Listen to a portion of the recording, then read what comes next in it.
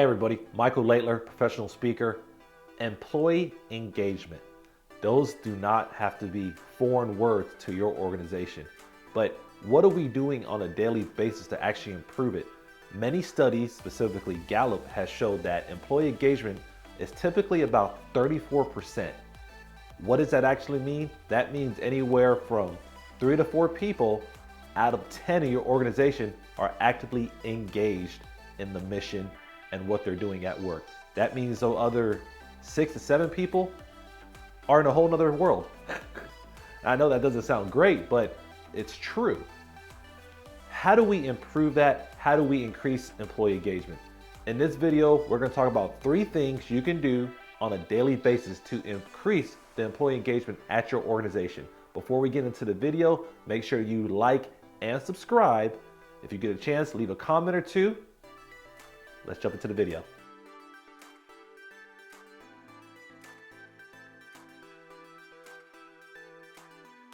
Back in 2006, Accenture did a study of 4,000 employees, and what it showed was that 60% of them wanted 2 things: challenge and recognition.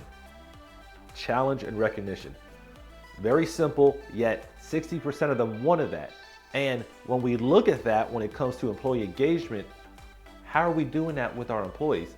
That's what we're going to talk about right now. 3 things that you can do to enhance those 2 areas. And hopefully, over time, we can increase that 34% of engagement up to 40%, 50%, hopefully close to 100. But understanding that this is what employees want and need is actually quite simple, but we have to actually look at it and develop trainings around it. The first area we're going to look at is explain the big picture. Back when I was in my master's program at Morehead State University, I learned about macro and microeconomics. While we're not going to talk about economics because it's a very tough subject, what I looked at was the big picture of economics and the small picture of economics. The same thing applies when we're trying to determine how our employees view the company. A lot of times they don't understand what they're doing, they don't understand the mission, but when you're looking at engagement, when you explain to them the purpose of what you're doing and their role in it, it helps them buy into it more. It helps them to realize the importance of everything you're doing. I know we talk about core values, I know we talk about mission statements, I know we talk about vision statements, but when do we sit down and explain the big picture to our employees? How often do we do it?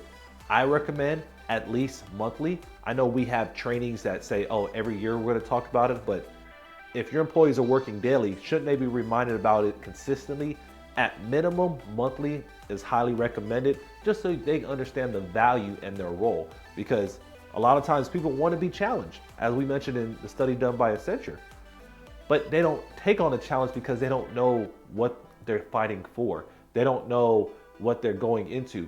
And when it becomes tough, them understanding what is ahead of them and what is moving the company, their role into engaging is going to be a lot better, because we all know that everybody has tough times at work. Sometimes we don't feel like getting up. Sometimes we feel like hitting that snooze button 15 times. However, when we understand the purpose of us actually showing up to work and it's being fed into us, it makes it a lot easier to overcome that sleep monster or that engagement monster that lays in front of us. Understanding and explaining the big picture to your employees will help them buy in more to what you're trying to accomplish. The second area is communicate. Communication is one of the most common themes I hear whenever I do presentations. However, we're still not great at it. Unfortunately, we don't communicate enough, and I don't think there's ever a certain amount of communication that you can do to over communicate.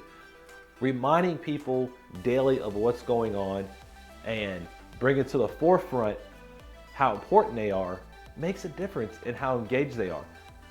One of the things that I talk about in my one presentation called Preventative Leadership, Stop Learning the Hard Way, is how you communicate with people in a sense of face-to-face, phone, email, text, and typically, unanimously, everybody always says the best way to communicate is face-to-face. You lose things in an email, you lose things in a text. Sometimes you do things over the phone if you can't see them, but face-to-face communication is the best. Now, there is a lot of remote organizations. You might be a remote worker right now watching this video, but you have things like Zoom, you have things like Microsoft Teams, you have a number of video platforms that allow you to at least have that visual contact while you're listening to the person speak. Communicating and engaging in that manner helps people to understand where they sit at the table when it comes to their role in your organization. Once again, communication, especially face-to-face, is the most effective way to deliver information to people. And doing it in that manner, it does make them stronger as far as where their mind's at as it will be versus maybe doing a text or an email. Face-to-face communication, make it your priority. If not, a phone call will work.